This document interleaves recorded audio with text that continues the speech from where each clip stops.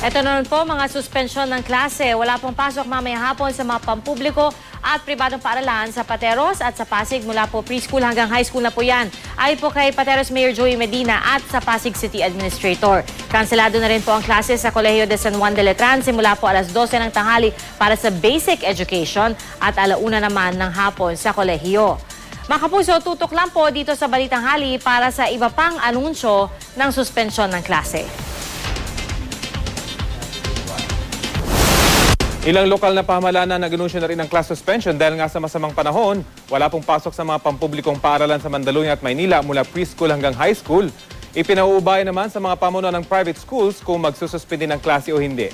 Wala rin pong klase ang mga estudyante mula preschool hanggang high school sa mga pampubliko at pribadong eskwelahan sa Makati, Quezon City, Pasay, Navotas, Parañaque, Marikina, Cainta, Rizal, Bacoor, Cavite at Obando, Bulacan.